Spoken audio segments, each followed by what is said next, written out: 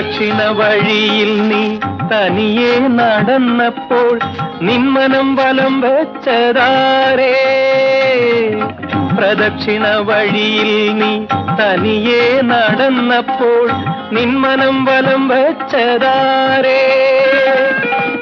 അമ്പലനടയിൽ നീ കൈകൂപ്പി നിന്നപ്പോൾ അകതാരിലോർമ്മിച്ചതാരേ?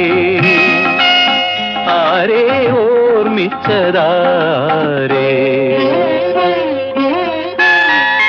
പ്രഭാത ശീവേലി തൊഴുതു മടങ്ങുമ്പോൾ പ്രസാദം കരുതിയതാർക്കു വേണ്ടി?